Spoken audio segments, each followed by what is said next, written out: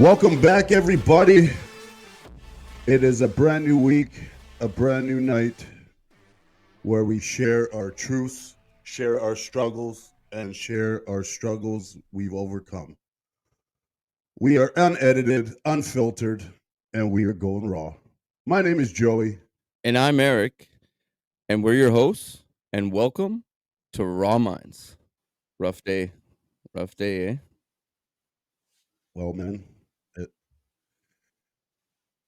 yeah, it's definitely a rough one for sure. And I am just Yeah, grateful that definitely. tonight landed on today because this is also my therapy, and to be able to, you know, share to the world, trying to help people makes me feel a little bit better on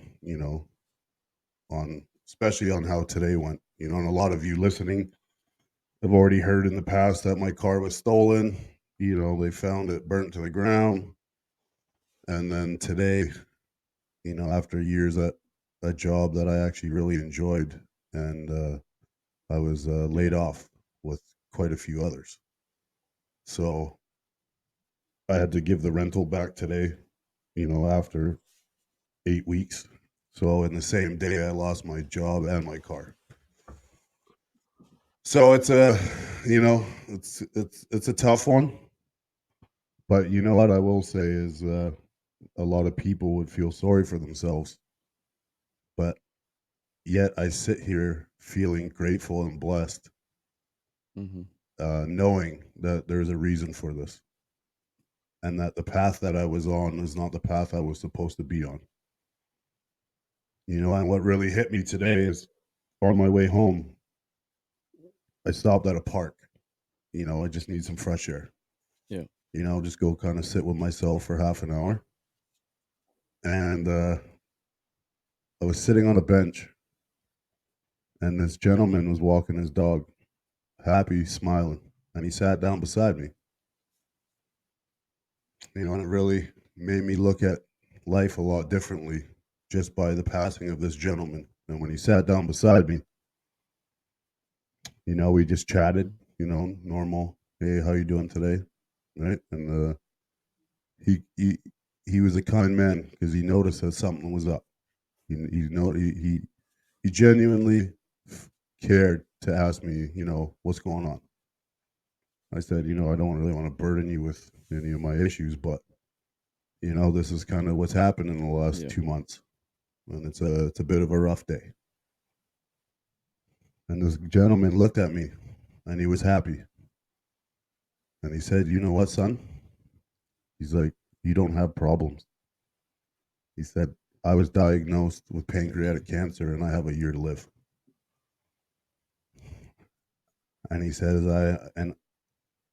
I try to live my life every day to the fullest, and no matter what you're going through, you have to learn how to smile through that."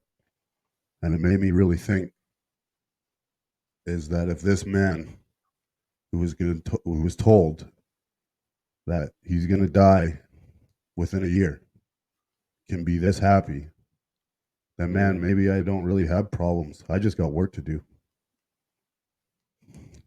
So coming across that gentleman today really, opened my eyes to the problems we think we have in life Mm-hmm. compared to what other It's people true, actually are dealing with. it's true.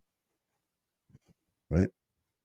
And so many people, complain about life and, oh, poor me, this, but in reality, most of those aren't Yeah.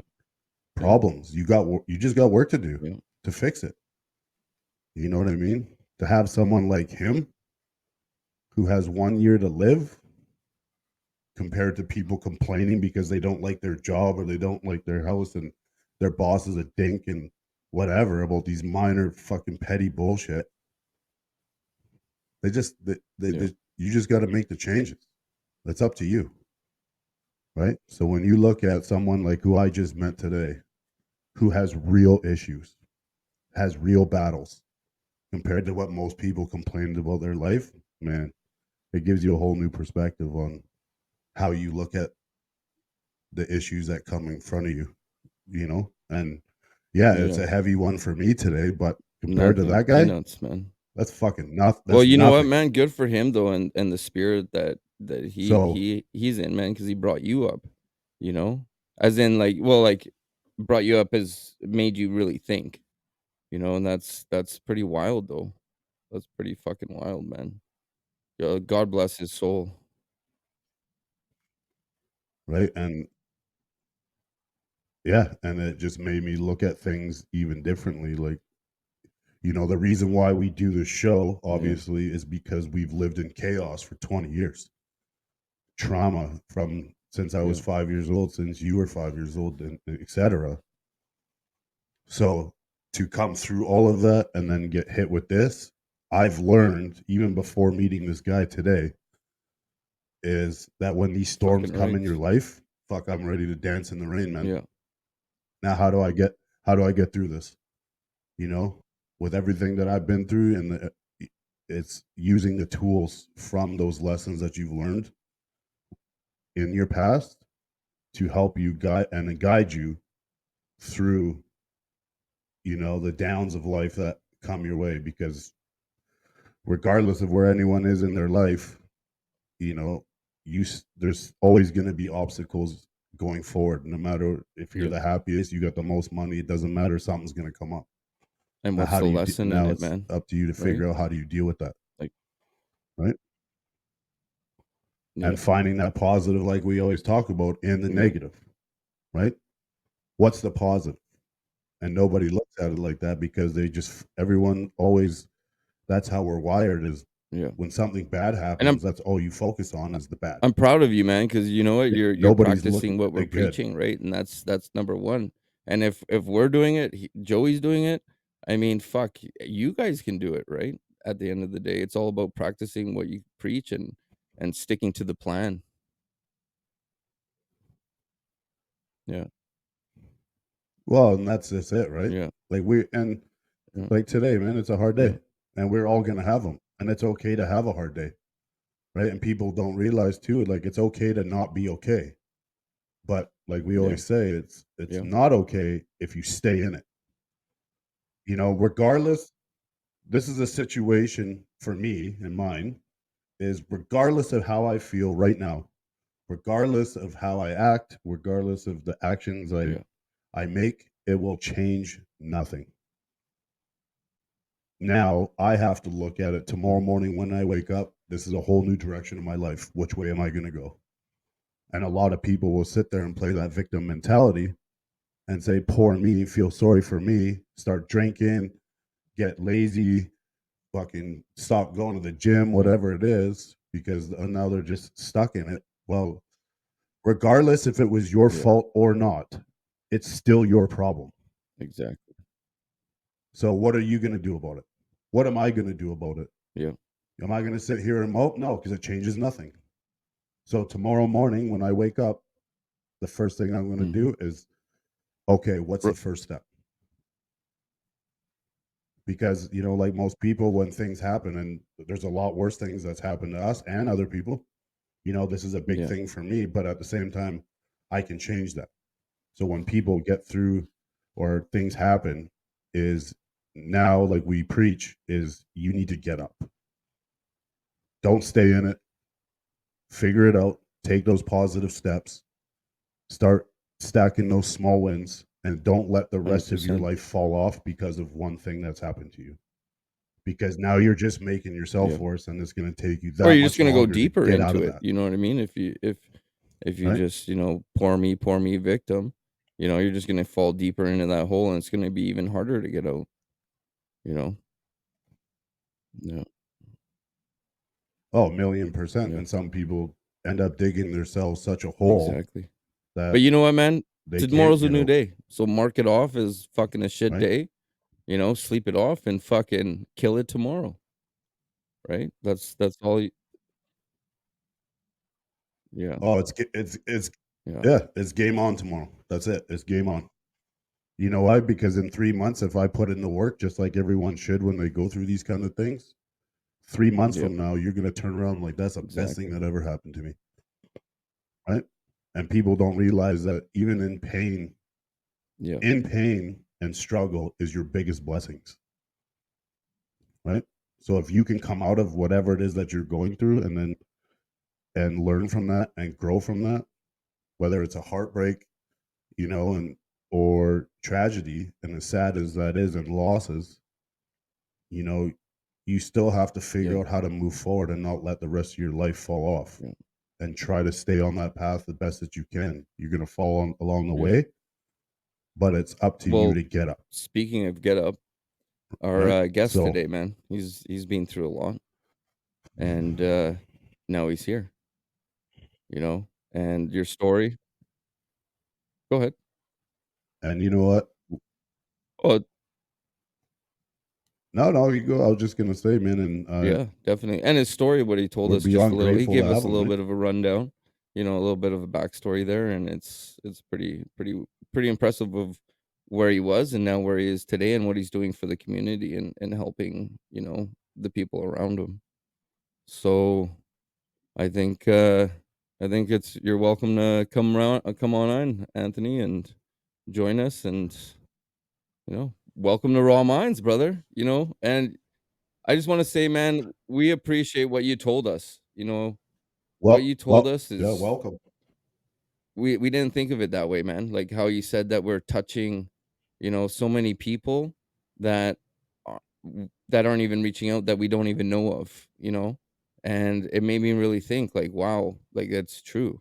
There's people that are listening to their podcast that it's like helping them, and we don't even know that because they're not reaching out, and it's pretty actually magical to think about that.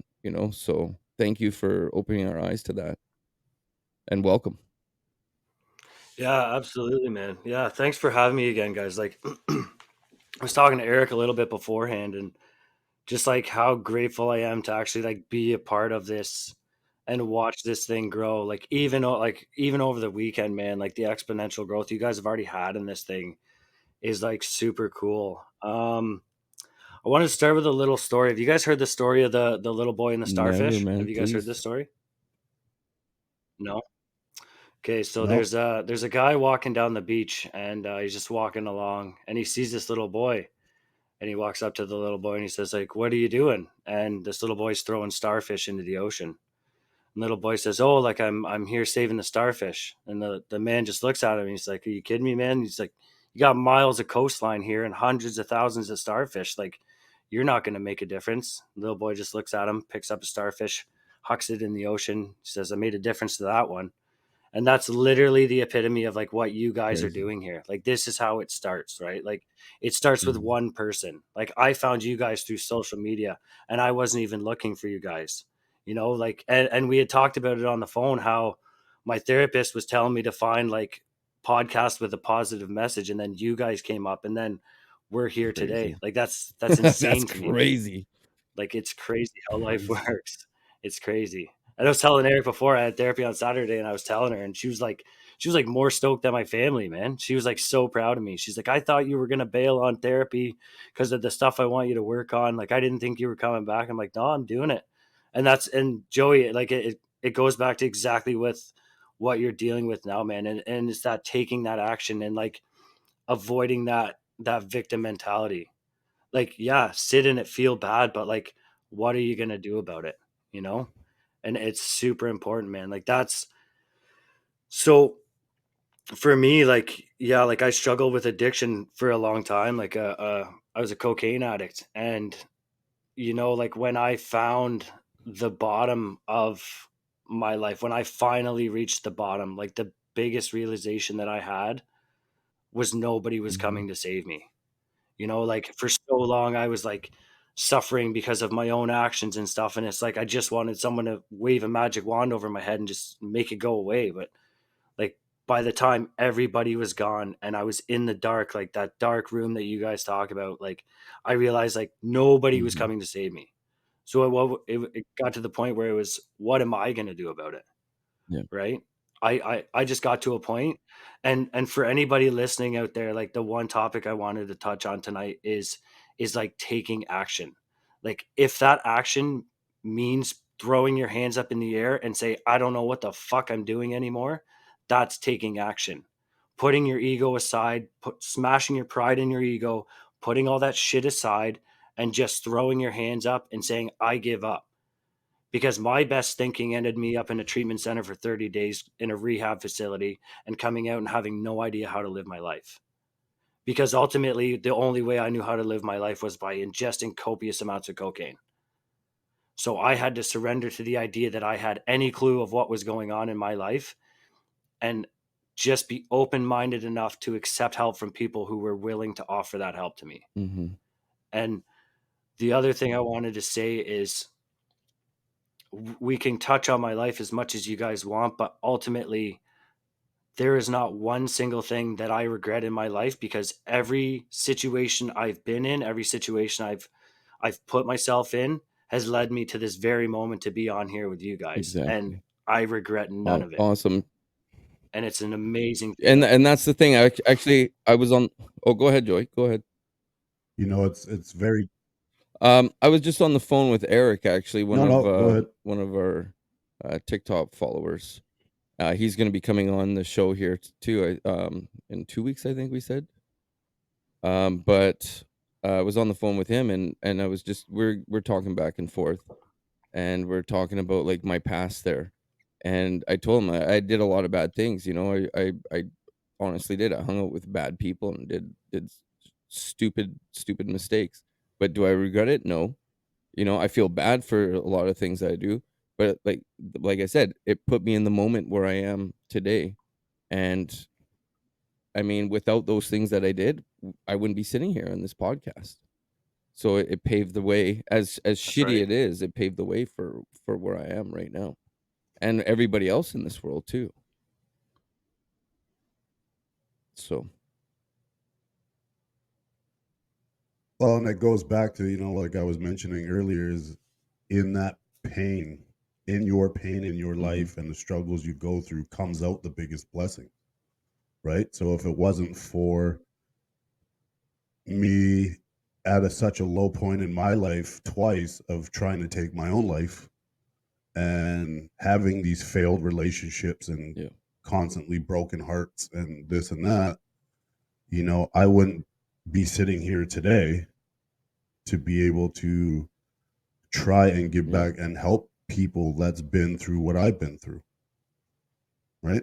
So people don't realize, and just like my little situation right now today, like there is a huge blessing coming out of this. I know it, I feel it, right? But in these moments, and when you do feel down or when you're really hurt and are struggling in that dark room, nobody sees the positive in it, because all you're thinking about is the negative and how shitty you feel and how lonely you feel and how depressed you are and how you can't eat and you can't even get up to take a shower, right? And it's understandable, but I tell you, man, once you are able to start opening that door to the dark room and light starts coming in, man, you're going to start seeing things, not only look at life different, you're going to see things uh, much more clearly, and realize that if you didn't spend time in that dark room, exactly. you wouldn't And it have all makes you these stronger blessings at the that end you of the now day, have man. today.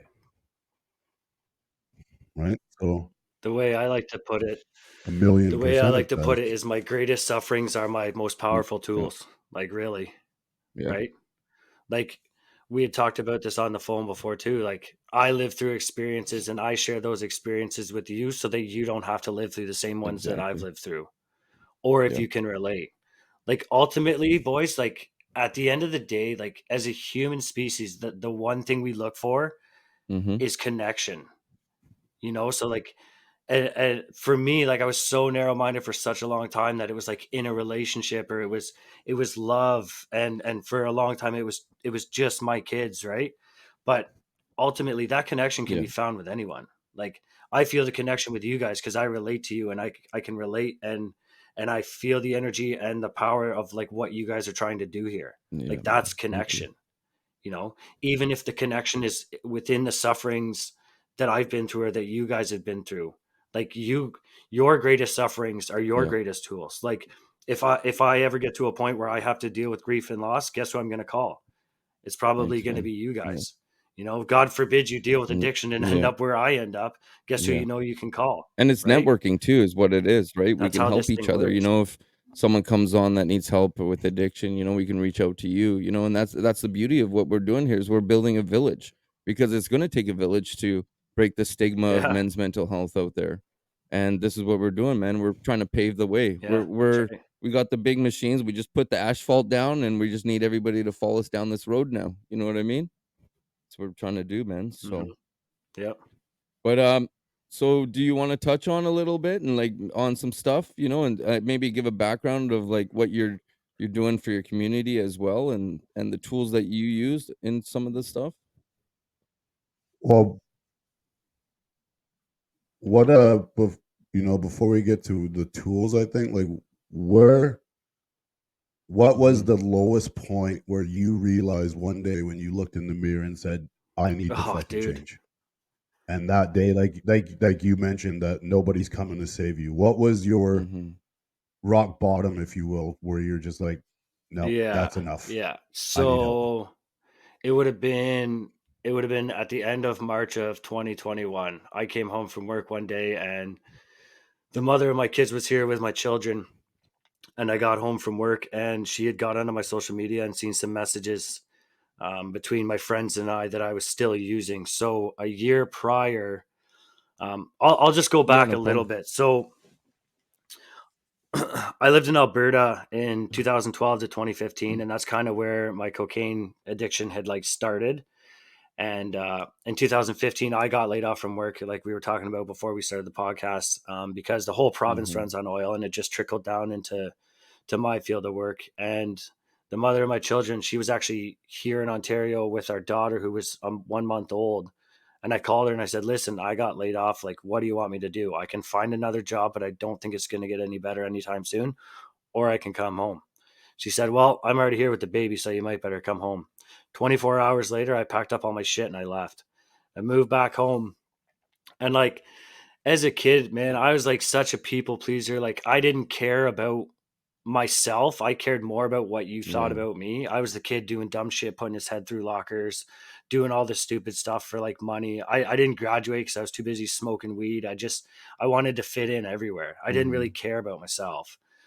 So when I moved home, I had this new idea that like, okay, like I moved out west. I got some experience in the field of work that I wanted to work in. Like I can come home, get a good job. My friends will have grown up. I've grown up. Like things will be different. And I got home, realized like not many people had changed. My friend group slowly got smaller. And realistically, I was living like I was making Alberta money when I was making like $15 an hour when I moved back home because nobody cared about my experience. They wanted to see what I was actually capable of. Mhm. So after a while, my brother and I have a brother who's 7 months younger. I was adopted from birth. So I have a best friend and a worst enemy. Uh, But we decided to start our own business building houses together. Okay. And it went really well for a while.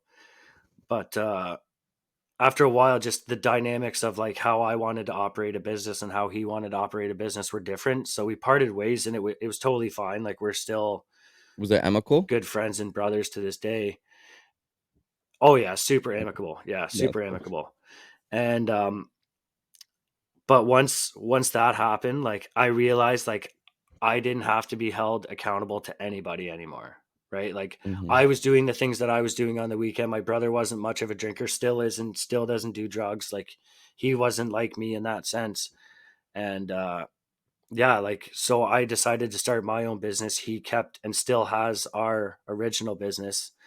Um, and I remember I asked the mother of my children, I said, "Do you want to help me with my business, like do my books and stuff?" She said, "No." The first thing I said to her was, "Don't ever ask me what's in my fucking bank account." Terrible thing to say to this woman. But yeah, so when I realized that I didn't owe anybody an explanation for anything, that's when shit got really dark. It took me 2 years before I essentially buried my own business. Like I was making like 10 grand every 4 days. And I was borrowing money off my mom to pay my employees because I had spent all my money on beer and drugs. Like that's just how I lived. Mhm. And after a while, I just like I financially couldn't afford to operate my business the way I was operating it.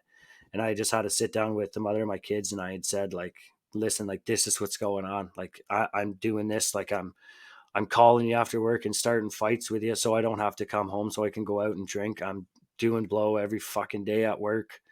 Like, and I don't know how to stop. I can't stop. Mm-hmm. So she hooked me up with some addictions counseling and some mental health counseling. And 2 weeks into my addictions meetings, I'm sitting in a room with a woman, my therapist, and she's telling me the scientific properties of what cocaine does to the body while it's physically happening to me across the table, because I couldn't manage to make it longer than 2 weeks without getting high because I couldn't fucking stand being in my own skin. Mm-hmm. Because it was, like you said, Joey, it's like you get in that place and it's like one bad thing happens and then like all this stuff just starts piling up until I feel like I'm drowning. Like the last 2 weeks I had my business, I couldn't even leave my house because my anxiety was so bad. You guys talked about anxiety before on one of your episodes. And for me, it was like this nauseous physical internal vibration. And I would get ready for work in the morning. Like I would get my work clothes on, I would start my truck. But the minute I went to go out the door, I was like, nope, can't do it. Mm-hmm. I didn't even finish building the last house that I was contracted to build. I couldn't leave my house to do it. And I ended up getting another job, which is the one I currently work at. And like I said, 2 weeks after I was in my addictions meetings, I was still getting high. I had stopped drinking on my own. I have no idea how, but yeah, I started using cocaine again, and I got away with it for a year. And then I came home from work the one day, and this is where my rock bottom was. I came home from work one day, and she was out back with the kids, and I was none the wiser. And I walked out back, and she said, "I'm taking the kids and leaving." I said, "What the fuck are you like? What are you talking about?" She's like, "I got on your social media. Like, I know what you're doing." And she had taken the kids and she had left. And I remember she left, and like I wasn't physically abusive towards her whatsoever, but I was very violent. Like I love destroying inanimate objects. That was my thing Mm-hmm. back in the day. So I was like punching holes in the wall. I ripped her laptop in half. I smashed my phone, and she had taken the kids and left. And I was just left here in my room by myself. And I remember just like sitting on the edge of my bed, like in tears, and just like out of nowhere, man, I just had this overwhelming realization that nobody was coming to save me. And I just stopped crying out of nowhere. And I was like, you just got to keep going. And I had no idea what that meant. I didn't know anything. I just knew that something had to happen and something had to change. Mm-hmm. And that's what it was. And I don't want to say from that day forward it got better. It didn't. It took about 2 weeks. And I had ended up in a hospital, and I was on suicide watch because I was at that point where it's just like, I can't even manage to like feel this anymore. Like I literally feel like I'm fucking drowning. Like Mm-hmm. I have nothing anymore. The woman I was in love with for 14 years took the 2 children, because like I said, I was adopted. My daughter was the first biological relative that I actually had. Crazy. So this Yeah. woman had taken these 2 children from me and she had left. I have a 5-year-old son as well. And I remember sitting in the hospital, and the doctor came into the room and he's like, "What's going on?" I told him what was going on. And he left the room, and I had a crisis counselor come in, and I told him what was going on. And then they both came back in together. And the doctor's like, "Oh, here's something to manage your anxiety, and here's a sleeping pill. Like, have a good night." I just said to him, I'm like, "I'm sorry, man, but like, I feel like if I don't sit here and tell you exactly how and when I'm going to fucking kill myself, you're just going to feed me drugs and send me on my way. And I don't want to do that anymore." Like, Yeah. that's literally how I live my life every day. So the doctor left the room. I don't think he was too impressed with me. And the crisis counselor pulled me aside, and he's just like, "Man, like I get it. Like I know." And he's like, "I'm willing to help you. Like I can give you a safe place to stay in this hospital tonight. But if you leave this hospital, I can't help you." Mm-hmm.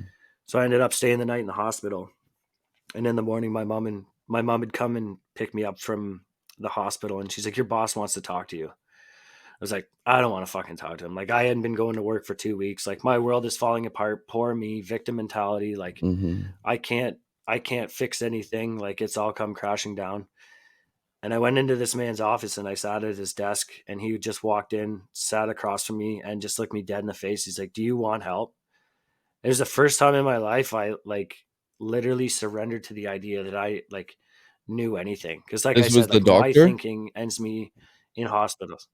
No, this was my boss. Oh, okay. This was after I had left the hospital. Oh, okay. My mom took me to see my boss because he wanted to see me. Okay. And yeah, I just sat across the table from him, and he's like, "Do you want help?" And this is when I like completely surrendered to the idea that I know anything good for my life at this point in my life. Because like my good thinking is phone my girlfriend, start a fight with her so I don't have to go home, so I can go pick up an 8-ball and go drink beer at the bar for the next 2 days. Right. That's what I want to do at my core. Yeah. So he said, "Do you want help?" And I just broke down in tears. And I said to this man, I said, "I don't even know what the fuck help looks like."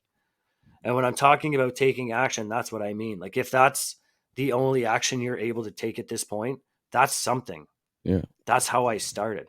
And all that man did was write down a phone number for a treatment center. And he said, "You call this place and you go." And that's what I did. If you would have asked me 24 hours before that or 24 hours after that, I wouldn't have said yes to treatment. There's no way. I didn't think I was one of those people. Like I really didn't. Like my preconceived idea of like addicts and alcoholics was like those really homeless, skinny old people you see on the street that you switch sides of the street that you're walking on just to get away from them. Like that was my idea. But man, the moment I walked in that treatment center, I just realized like, dude, I'm just in here with a bunch of people with the same fucking problem that I've got. And from there, I just like kept my mind open enough to take direction from people who were willing to do exactly what you two are doing here. And that was share their experience with me and how they triumph their struggles. And that was like the biggest asset for me in getting through the hard times. And like after that, and we had talked about this on the phone too, like after I got sober in April of 2021, like the one thing I will say is if you ever meet someone and they tell you their life is perfect, they're fucking bullshit. They're delusional. The only person they're fooling is themselves. Yeah. Literally. It's true, man. Because like life is not perfect. Yeah. Like we're just here living it. Life's going to throw shit at you. So 9 months into my recovery, I had found out that the mother of my children was having an affair. I'm not going to say who it was with. But it was someone who was relatively close to me. And I did what I was supposed to do. I took the action I was supposed to take. And I did it the recovery way. Like I'm in recovery and it's kind of closed door shit. So there's only so much that I can say about that. But I took the direction that was suggested to me. And the direction that was suggested to me was what was my fucking part in all of it. Because and we talked about this too. Like I am only responsible for my actions and reactions. I have no control over anybody else or anything else in this world except what I do, what I say, and how I respond to situations. So and true. The work I had done was I realized like the fucking torment I put that woman through for 14 years before we had children, while she was pregnant. I was going to raves every fucking weekend while she was at home pregnant. I would come home high on Monday morning from like a 3-day bender, high on MDMA, and ask her when her ultrasound appointment is. And she's like, "You're not coming with me. There's no way you're coming with me." Like, that's the shit that I put her through for 14 years. So you have to realize how fucking bad it must have been for her to think that having an affair was a logical solution to removing herself from this relationship. Or I mean, but again, it could be action like, and looking at my part. Yeah. Well, I mean, it could be for she's also looking for that attention because, you're not giving her that attention, so she found it somewhere else for Absolutely. the minute there or whatever it is. You know what I mean? Absolutely, man. 100%. And I agree with you. And this doesn't offend me at all. Cause like what I will say is like after doing the work and realizing my part and having to face the consequences of my actions, cause that's what a lot of people don't want to do. That's why they avoid it and they bury it with drugs or drinking or numbing out in whatever way they find possible. And this is just my experience, is like they don't want to face the consequences. So the consequences of my actions for 14 years was losing the mother of my children and that family dynamic. But through continuing to take action every day, the relationship I have with that woman today is far better than it ever was for the 14 years that I was with her. I'm literally using her laptop right now to do this podcast with you guys. Crazy. Like we spent Christmas with our kids together this year. We've taken them out for dinner together.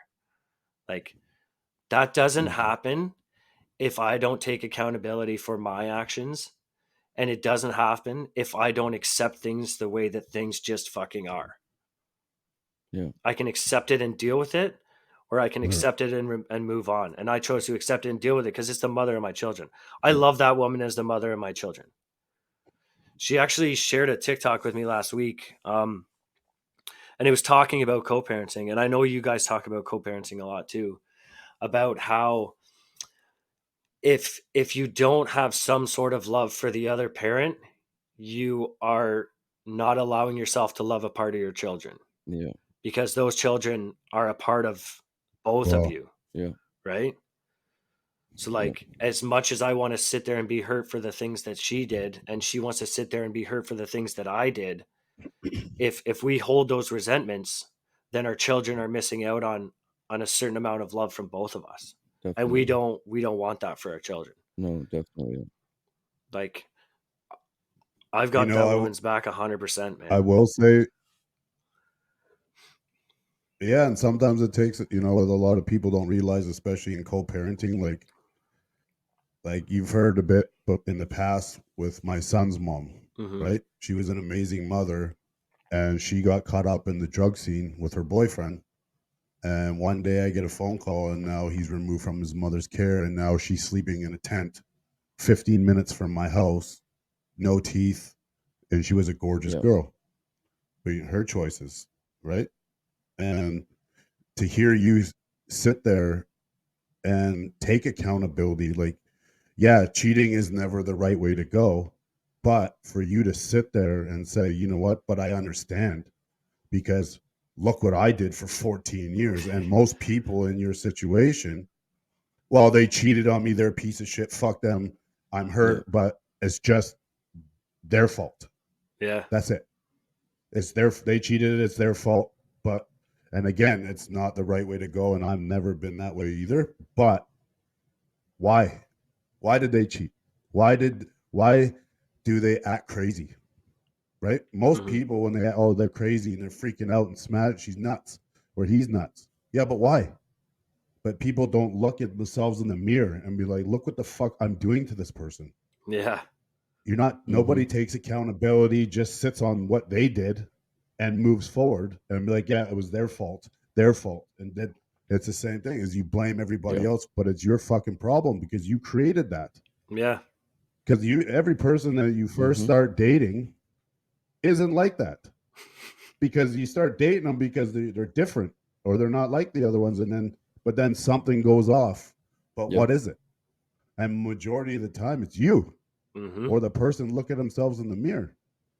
You're the cause for their craziness. You're the reason why they smash your window, even though it's not always. People go when you're in Yeah. that headspace. People do really crazy and dumb shit. Hmm. But why? You know what I mean? And when you're in that dark space, we as people, because you're hurting, is you act different, you do things you never thought you would do because you're not Mm-hmm. there, you're running on autopilot, there's nothing behind those eyes. And that's why these people do these things. And just like with your kid's mom, that wasn't of course wasn't the right way to go, but for you to sit there and be like, yeah, but Yeah. look the fuck I did to her for 14 years, that you know, that messed her up, Oh yeah. right? That pushed her into looking for, like Eric said, more, you know, she just wanted to Yeah. have that attention. She wanted someone to show she cared, right? Yeah. And that's where she went that way because of everything that Anthony was doing. That's right. But I will commend you, because most people will not sit there and They say, do you know these. what, man, I really fucked this up. Man, that was my fault. That she Yeah, she Mm-hmm. might have made a mistake, but how many fucking mistakes did I make? Hundreds, That man. one mistake is something that you got to live with, but you made fucking 50 of them. Yeah. And most people would be like, man, well, they just look at that one mistake because it's easier and like, yeah, well, they fucked up and Yeah. I can't believe you do this to me. But like, what the fuck did you do? Yeah. Oh yeah. Where were you in all of this? It's easy to hold on to that Until stuff you can and let take it fester. accountability. Yeah, like the one thing I always say is Yeah, like, a million percent. when you're pointing the finger, there's one pointing away and three pointing back at you. 100%. Like, I I can't fix anybody but myself. And like, that woman had to do her own work to get through the things that I had done. And literally, like, the first 6 months of my recovery, was like, well, why does she still look at me like I'm high when I'm coming in the door? And I talk to people and they'd be like, bro, you were out doing whatever you wanted for like over a decade, and you Yeah. expect this shit to change in 6 months? Yeah. Like, no, like I'm almost 3 years sober. And like that woman finally trusts that I'm not doing drugs or drinking. And it didn't happen overnight, man. And it's that continuous action, like every fucking day. And Joey, you say like my next day starts the night before. Mm-hmm. And it's so true. It's like, okay, am I going to wake up and be a miserable piece of shit tomorrow? Or am I going to just wake up and take accountability for the things that I know I have to do? And I'm at a place now where I've done enough work that I know what I'm capable of doing. So it's like, if I decide to not do what I'm supposed to do tomorrow, I 100% guarantee you it's going to be a bad day. But as long as I wake up and do the things that I know my routine requires, it's going to be a good day, regardless of what the fuck happens. And it's finding those positives in the negatives, like you guys say. It's changing your perspective on the way you look at life. Yeah. Like you said, something bad happened today. That's terrible. But there's probably a million other things to be grateful for. Literally, for me, when shit like this happens, I just write a list of things that I am grateful for. Like if you think about red cars, you're gonna see red cars all day, and you're not even gonna realize how many blue ones you saw. Yeah. Yeah. Right. It's true. Yeah. And like I said before, man, there's action there's a action and a reaction. So I mean, your actions made her have that reaction, and that goes with everything. There's a yin and yang for everything in life, you know, and and that's what it is, the dark and the light, you know. But there is light, like we say and we preach. It's just a matter of trying to find it. Turn on that fucking light switch and let's go. Yeah. Yeah, you just got to find that light switch, right? You got to get off your ass and find it, because nobody's going to turn it on for you. Yeah. And the biggest, and you know, like you said, with gratitude, is so many people complain, like we said earlier, about these dumb little things in their life, because I don't have that Mercedes, because I didn't get to buy that fucking purse. These stupid little things, right? And then they just sit on that. And because I was like that before, because I was struggling with so many things, and you always hear like retail therapy. Well, if I buy this, I'm going to feel better. Fuck, I did that with cars. And if I bought this new car, I mean, fuck, I felt good for 2 days, and I still fucking, and then it was just a big waste of money, because then I would look back and I'm like, man, I still feel shitty, you know. But the gratitude, and the people don't realize how good they actually have it, instead of complaining about this dumb fucking shit because they don't have this and they don't have this. But what else do you have? You got a family, you got a house over your head, you know, a roof over your head, food, you got a job, you probably got good friends. You know what I mean?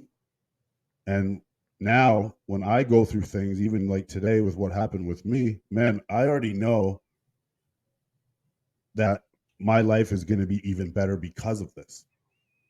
Because I look at what I do have as, I have 2 amazing children. And like you, Anthony, I have 2 kids with 2 moms. One, yes, she's no longer around because she chose that lifestyle and she's not getting better. But I still have one that I realistically I could hate for the rest of her life for the shit that she's done. But I choose not to. And because of that, my relationship with my daughter's mom is civil. There's no drama, all these things. So I am grateful for that. I am grateful that I have a nice little house. I'm grateful to sit here tonight with you and everybody listening to be here and to help people the best way that I know how. So I am grateful for that. You know, I have a loving family. So all these things that people don't realize is gratitude will change how you look at life and how you get through each day. Right? And like I've said, and you just brought up, is your mornings start the night before, right? And that's what they always say, never, you know, in a relationship or whatever, never go to bed angry with each other. That's because the first thing you're going to do when you wake up is you're going to be fucking angry, because that's how you went to bed. So it's all about plugging that in your subconscious the night before and writing things down. Tomorrow's going to be better than today. I've written that same line out every Yep. single night for 4 years. Tomorrow's going to be better than today. And some days we're going to have shit days. Today was a 100%, hard man. day for me, but guess what? Tomorrow's a new fucking day. Now it's how am I going to tackle that? How are you going to tackle that? You know, and some things are more severe than others. And yeah, it's okay to be in Yeah. it, but when you feel, you heal, right? And like in Anthony's situation with his kid's mom, is if he didn't take accountability, he's just burying more problems and say he started to date somebody else. And like we've always talked Yep. about, Anthony's going to be fucking bleeding all over her Oh, because and he didn't take accountability. He didn't take responsibility for what he's done so that he can learn from that, fix it, and be a better version of himself into the next relationship or with Mhm. his friends or whoever that he comes into his life. And for all of us, and right? So you're most 100% right, man. people need to really, And that's happened. Like, and yeah, like people, for me, yeah, addiction was literally like, I don't want to say it was the tip of the iceberg, but I'm almost, like I said, I'm almost 3 years sober, but I just started therapy a couple months before Christmas because I was like, like just like you, Joey. Like I would go into these relationships, and I find for myself, it's like I I want this external validation from all these other places, right? Like you said, for you it was cars. For me, it's relationships. Like I Mhm. just want someone to love me more. I just want to be accepted by my friends. Like all this validation from everywhere else. But I've realized like the only place that's actually going to fill that hole that I'm looking to get filled is from within. Like Yeah. that's the work that I need to do because I need to be okay with myself before I can be okay with anybody else. Can I ask Like you something? I would do this relationship. Yeah, yeah. So, when you're saying you wanted validation, right? That's what you're looking for from everybody. Um, did Mhm. you like how was your if you don't mind me, you don't have to answer if you don't want to. But like how was your childhood? Like do you find that maybe you weren't getting validation from your when you were as a child as much as you really needed that it stemmed into your adulthood? So this is actually exactly what I'm working on in therapy right now because I've been in a couple relationships since I got sober, and I'm in one right now, and this woman, for the grace of God, is stuck by my side through like all of the self-sabotage and like Mhm. pushing away. And honestly, like before I started therapy this time around, because I had done it before when I was younger, and I just like I had this resentment towards therapy. It's like, fuck you, you just want my money. You don't actually give a shit about like what I'm going through. But Mhm. ultimately, like with keeping an open mind to like everything that I do, like I'm paying this woman for her experience. Like this woman went to school and got super educated on stuff that I know nothing about. Mhm. So she had brought me right back to childhood. Like I was adopted from birth. So like I know like my family is my family. And Yeah. I've met my biological family, love them dearly. That's another emotional hurdle that I still kind of have to overcome. Yeah. It's hard to balance those two. But so like as far back as I can remember, like my mom told me that I came from her heart. So like my preconceived idea of adoption as a child was my brothers came from her belly, I came from her heart. And then when I was like Beautiful, 9 or man. 10 years old, my stepsister told me it is. And there's Yeah. like throughout this story, there was no ill intent. So that's kind of why the work has come into play. So when I was Mhm. 9 or 10, my stepsister had truly defined what being adopted meant, and it was fucking earth shattering, man. And I feel like that kind of just like emotionally shut me down. Mhm. And I did struggle with, and I still struggle with letting people in. And this Yeah. is one of the things that I'm working with my therapist. And I said to her, it's like, why can't I just let these fucking people love me? Mhm. And she was just like bouncing ideas off me and bouncing ideas off me. And she said, what did she say? She said, I feel like you've dealt with a lot of deception in your life. Like, even though there was Mhm. no ill intent behind the deception, when it comes to women, like your mom told you that you were adopted and that you came from her heart, and then you found out at 9 or 10 what it actually meant. She showed you some information about your Mm-hmm. biological family, and then at 16 she told you your biological mom's name, and then you've dealt with this stuff with your children's mother, and just like all this deception from women throughout my life. And again, like no ill intent, like I love all these women in my life, but she's like, you've never allowed yourself to open up because you essentially are trying to predict the future. It's called fortune telling. It's a Mm-hmm. cognitive distortion. So basically, any situation I've been in with any woman, I've never totally been told the truth. And even if I have, I don't believe them anyways, Yeah. because my past experience has shown me otherwise. Yeah. It's So trauma what is I what do it is I is. project brutal honesty onto these women. Yeah, yeah. Yeah. Yeah. And it's fucking mind blowing, dude, because there's Yeah. like, I have no resentment towards either of my mothers, my biological one and my adopted one. I have no resentment towards the mother of my children. Like, I have no resentment towards my sister, but I thought I was okay. But my definition of being loved is a very tainted one. And it's not my fault that it is that way, but it's my responsibility to fix it. Exactly. Well, what Right. I And think, and that's I'm not kind of no where I'm at. well, I'm not no doctor. I'm not no, and me and like this is what we preach all the time. We're not doctors. We're not psychiatrists.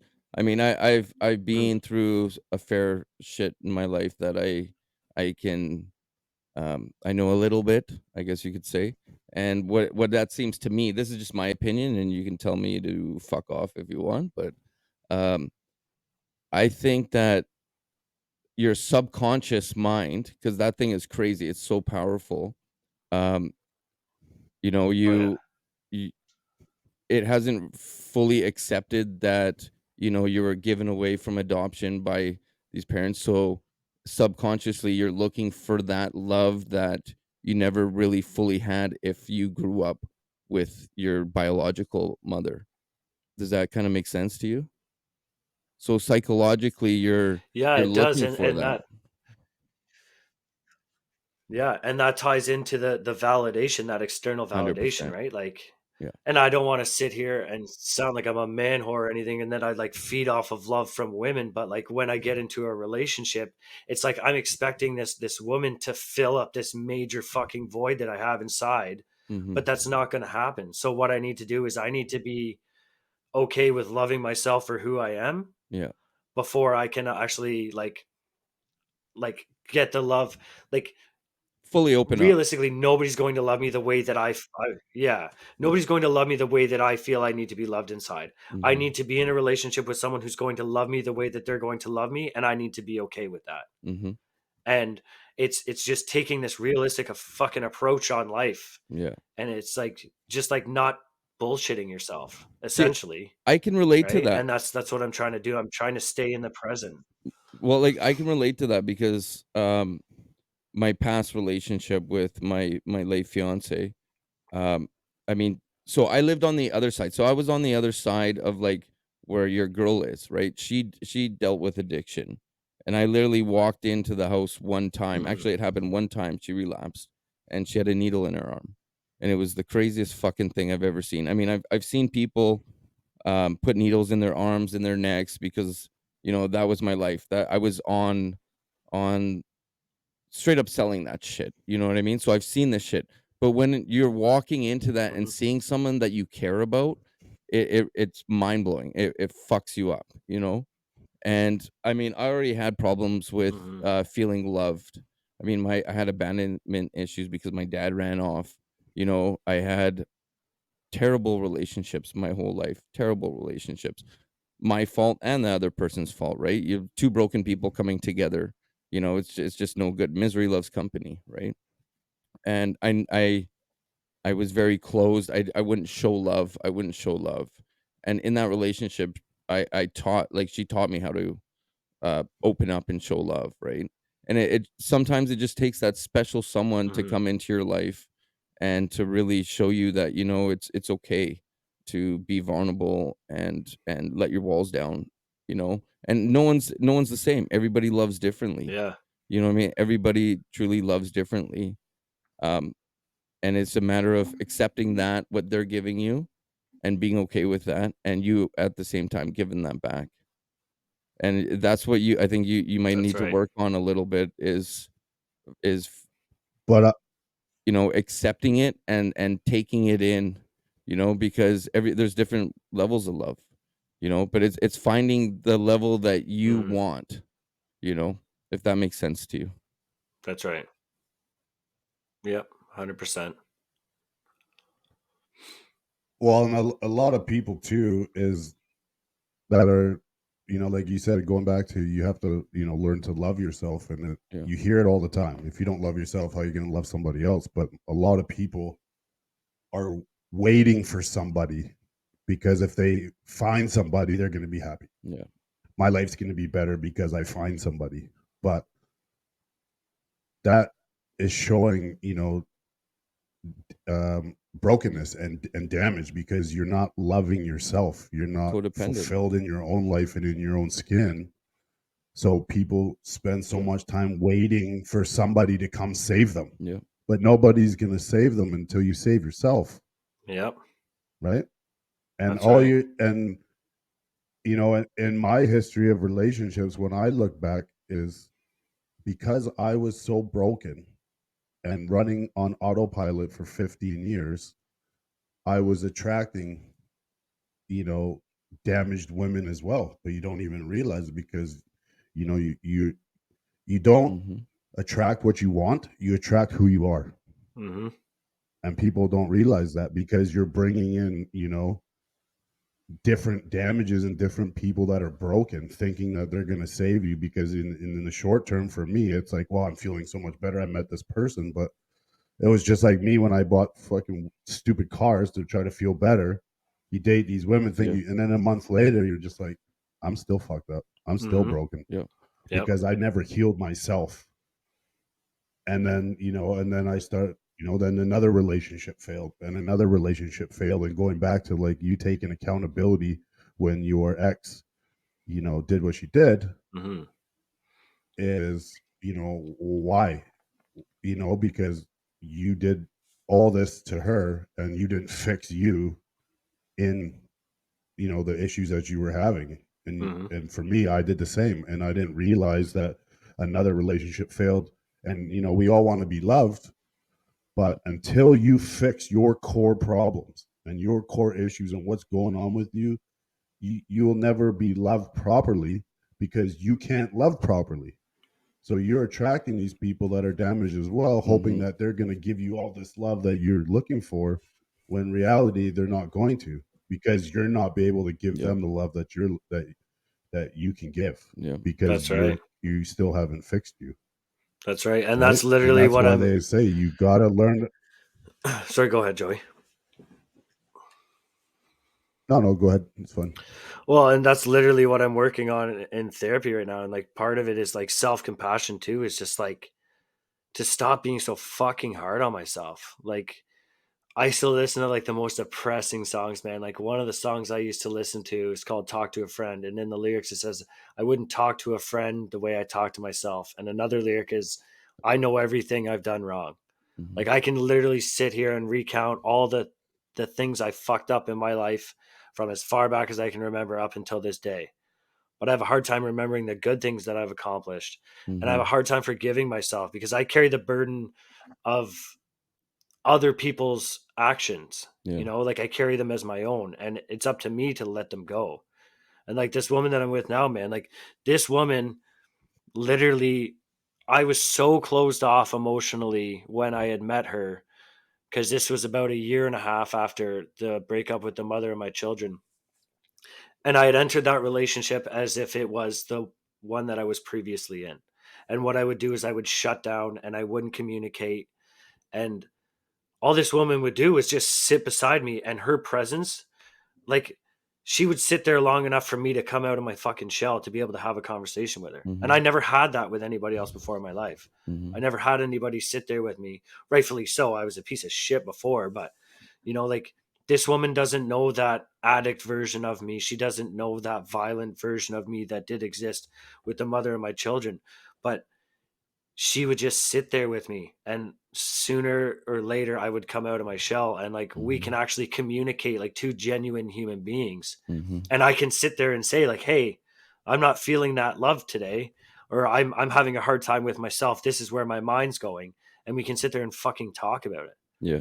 Like, we are both growing. We like, nobody's perfect, man, and you're not going to find somebody who I in my opinion, I don't think you're going to find someone who's 100% going to fit your mold, but you're going to find someone who's willing to fucking work their ass off to fit your mold, as long as you're willing to fit theirs. Yeah, it's a give and take.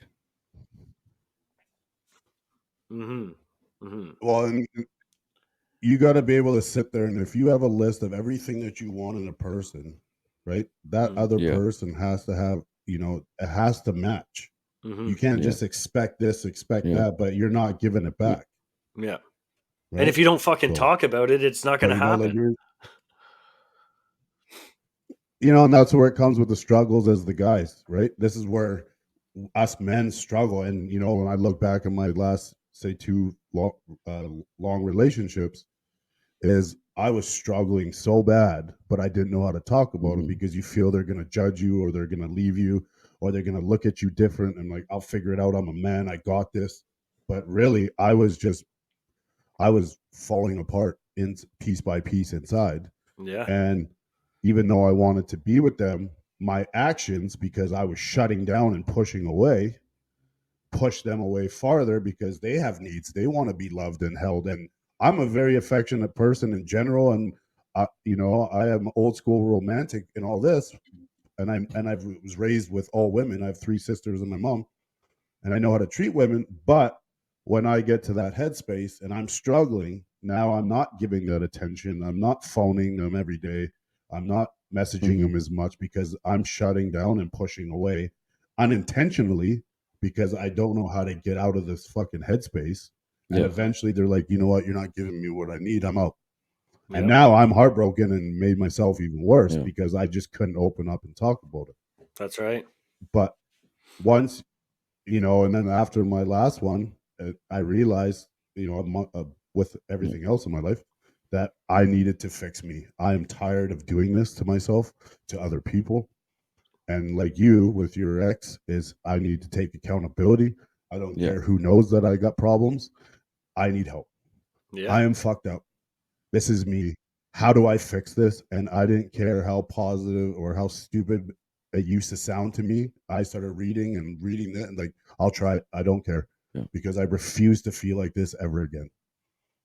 And that's where you start finding those things outside of your daily routine, like we always talk about, and that starts to level you up, and you start meeting people you never thought you would meet. And going back to how I said, when you don't love yourself, and that's what you attract, when you actually start to love yourself and find clarity inside of yourself and in your head, man, I tell you, just in my last 2 years of self-help and fixing myself and therapy and more fitness and reading all the shit, to just anything to better myself, is what I attracted now into my life is absolutely amazing. You know what I mean? Is because now, when you're in a much better headspace and you're happier, you attract that. Just like you said, misery attracts misery. But what do you think happy attracts? What do you think being a joyful, fucking humorous and all? You're attracting these kind of people too. You're attracting these better jobs. You're attracting the better relationships with people and in relationships in general. Sorry.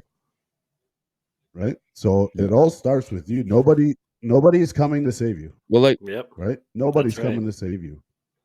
And most people don't want to look in the mirror and admit it, especially us men, is saying, I'm fucked up. Because nobody wants to admit that. But until you take accountability, nothing will change. And everything that you've done up until that point will just continue to run like a broken record. And you will bleed on people that didn't cut you. You will constantly put yourself in heartbreaks and, a constant state of depression. You'll never be happy or fulfilled in your life, because you chose not to look in the mirror and say, you know what? I fucking did that. I need to change that. You know what I mean? Well, it's like my mom said, man, a long time ago when I was a kid. Show me your friends and I'll tell you who you are. I mean, you hang out with rich people, you're gonna become rich. You hang out with fucking gangsters, you're gonna be a gangster. You know, you hang out with drug addicts, you're gonna end up doing drugs. And it's the truth, man. You know, you gotta surround yourself with the people. And like I said before, you go into a room, and if you're the smartest person in the room, then you're in the wrong room. You know, you wanna suck up all that knowledge and everything that you can, you know, and that's how you grow, and that's how you level up. And to touch on too with communication, Yeah. um, I mean, when you're in a relationship, I think it's huge that a lot of people don't do is when you get in an argument with your partner, you know, a lot of people it's you versus the partner, but it shouldn't be like that. It's you and your partner versus the problem, you know, and you got to come together like that. And That's right. if you guys can get that communication going, you know, the relationship will go a lot smoother, you know, and not be afraid to talk to your partner. Yeah, man. Yeah, man. Well, and I think a lot of people miss too when it comes to that Mm-hmm. with communication is comprehension. Because I could tell you all day long what bothers me, what you did that upset Yeah, me, but if I don't take in what you're saying and comprehend the fact that okay, what I did bothered her or him, yeah, and comprehend it, our communication is fucking pointless because it's in one ear out the other, You're right? So you have to also not only be able to communicate, because I remember the last girl I dated a couple of years ago, we could talk for hours every night, and I'm like, wow, man, this is, you communicate yeah, no problem, but when it came to problems, we didn't comprehend shit. yeah. We heard each other, but we didn't follow through and understand. No, like this genuinely, this is the problem. This is yeah, the problem. But we could communicate and talk all day, no problem. Yeah, you're listening But to a big respond. part You're of the not listening communication, to people don't realize. understand. 100%. That's what it is. A I million percent, right? and I was the same, man. It was like my ears shut off and I'm just vomiting shit out of my mouth to just like hope that you understand how I feel inside. But you're like, Yeah, as a partner, you're never going to physically understand how your partner feels. So it's yeah, like I'm trying to express stuff to this person who's never going to understand it on the inside. But I don't care what they're saying because it's like you're not hearing me. This is how I feel. And then they say how they feel, but I'm not listening to them. yeah, And I've done the same shit, man. yeah, It's like you're literally arguing with each other about how you feel, and yeah, and it's just running in circles. You're not accomplishing anything. yeah. See, The comprehension is a huge part, man. That's a very good point, Joey. definitely. And see, like how I think of it too, and you guys take it however you Go ahead. want. Yeah, go ahead, In Rick. a relationship, man, like say you had a really shitty day. I've said this before. So say you had a really shitty day, you know, bad day. You come home, you're only at fucking 20%, you know? You're just having a low.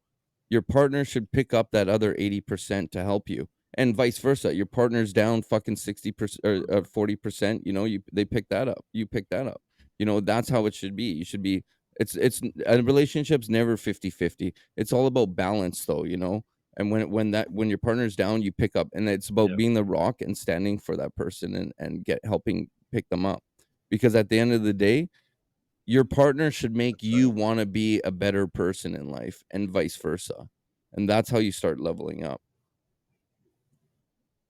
But on that note, after A everything like that, relationship is more about what you bring to the table, yeah, and it should be more about what you can offer the other person rather than what that person can offer me. Like if you're exactly, in that for that selfish reason, it's never going to work. It's like, exactly, what do I have to offer this person? Can I bring yeah, value to this person's life, or am I literally here just to suck the fucking soul out of this human being? yeah, Well, and that also too is people that, like, especially nowadays on social media, and you hear girls that want six figures, 6 feet tall. That's all they want is this, Yeah, and this.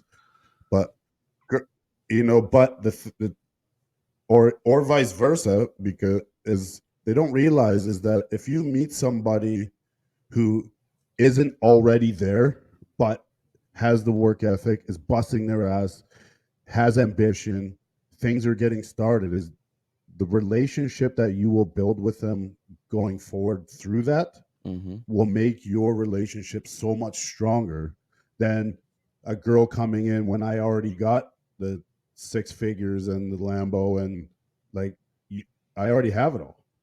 there's no relationship built. Now Yeah. it's just, to me, it's like you just want me pretty much for this, for the Mhm. status.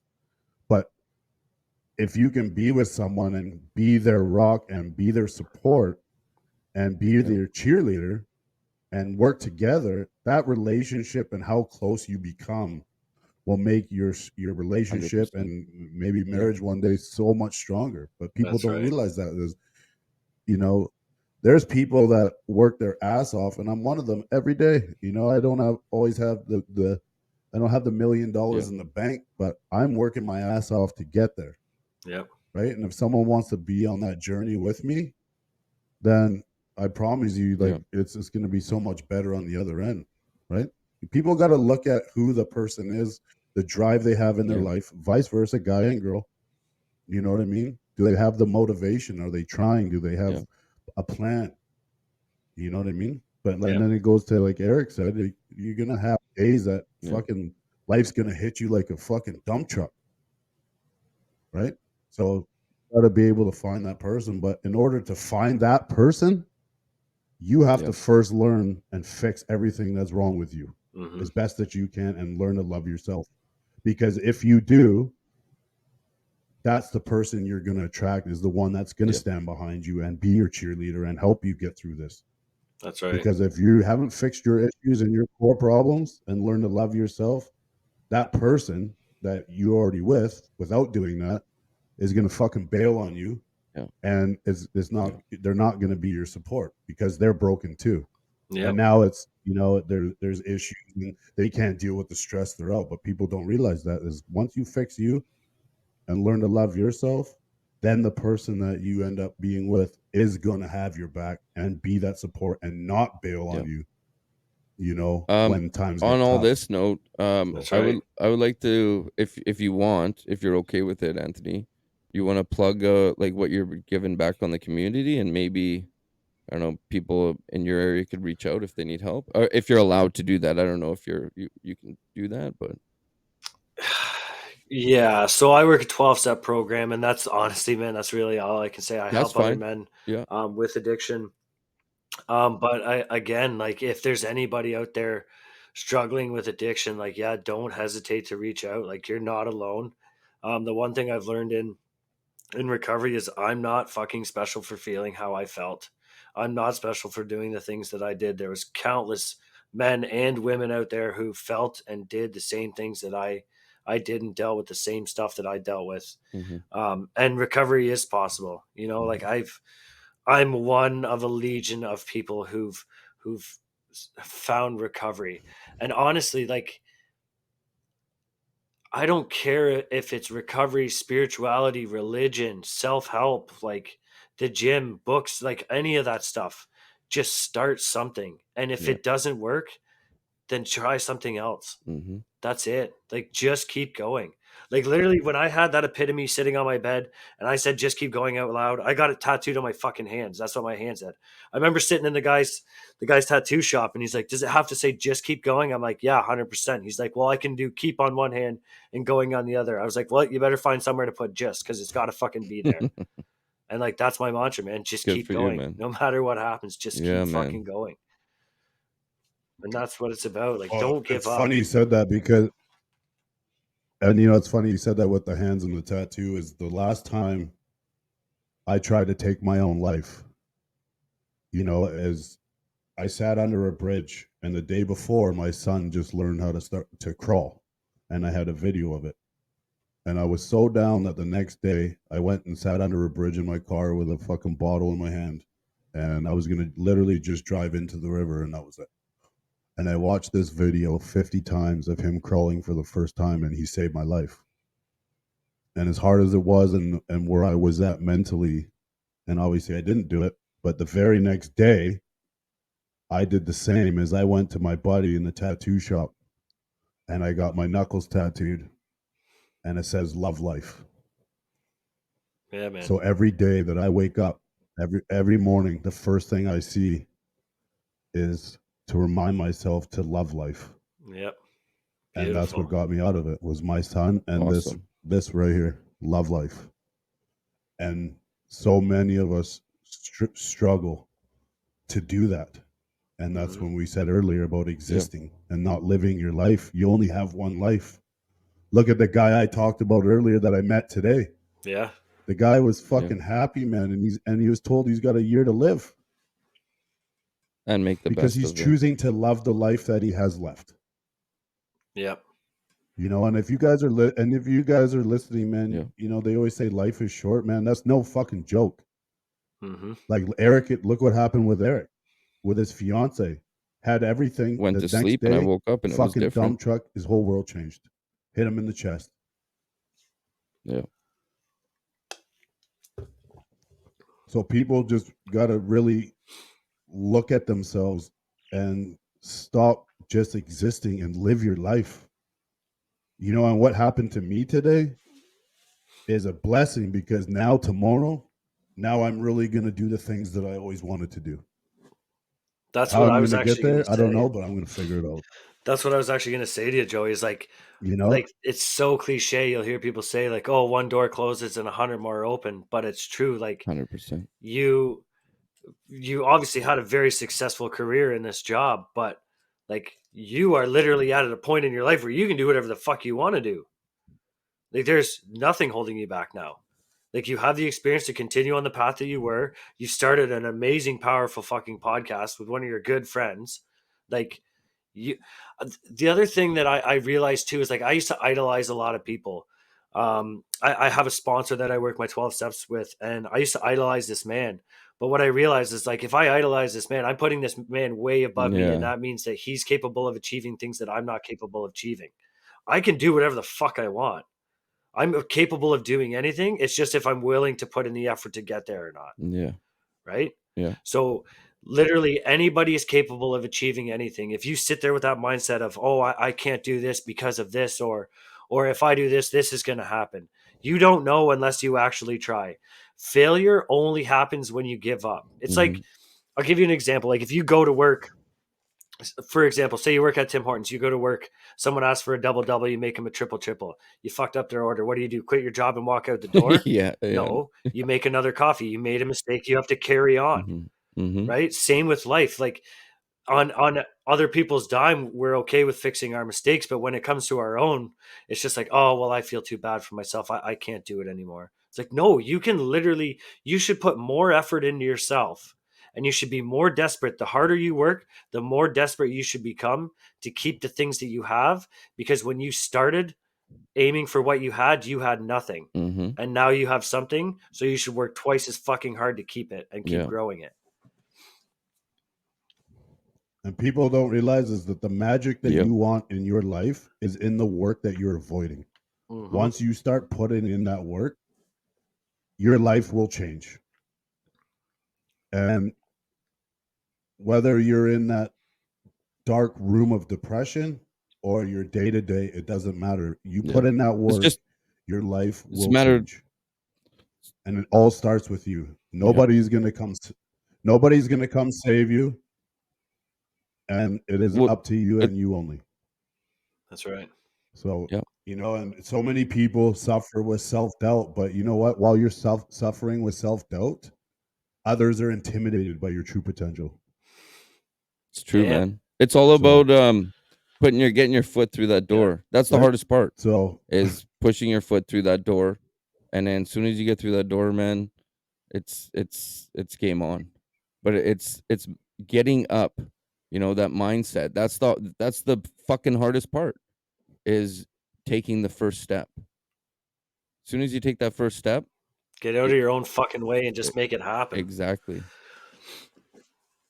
Yeah. yep, that's all you can do. Mhm. One step is better than no Yep. steps, right? Just Exactly. you're halfway there if you take the first step. Now it's up to you. What are you going to do about it? Exactly. You need to get up, take that That's step. right. Well, man, what a fucking episode. What a fucking episode. Yeah. I just want to take a second Yeah, man. and just thank you guys for having me on. Like, I love what you guys are doing, Thank you. honestly. Like, this is some powerful shit. And don't ever sell yourself Thank you. short of what you're doing. Like, don't be humble enough to realize that, like, what you're doing is fucking amazing. And this thing is going to grow itself. And I know Mhm. we've talked about this, and you guys and your experience has touched my life in a way that I could probably never verbally express to you. Even the conversation with you guys tonight, I've learned something because I allowed myself to stay open-minded to your guys' experience, and this is what it's about. So thank you guys for having me, and just keep fucking doing what you guys are doing. This is amazing. I love it. You know what, Anthony, man, I just want that was touching just to hear, and I thank you so much for coming on our show, sharing, some of your Yeah, man. stories, and man, I just learned stuff from you Thank too, you. man. And we say this to our guests and anybody listening, man. If you're ever having a down day, you just want to bullshit, man, Yeah. shoot us a message, man. We're here, right? So thank you again from Raw Minds. Definitely, And brother. man, you're more than welcome to come Thank you, back boys. I anytime, man. appreciate it. Yep. Thank you.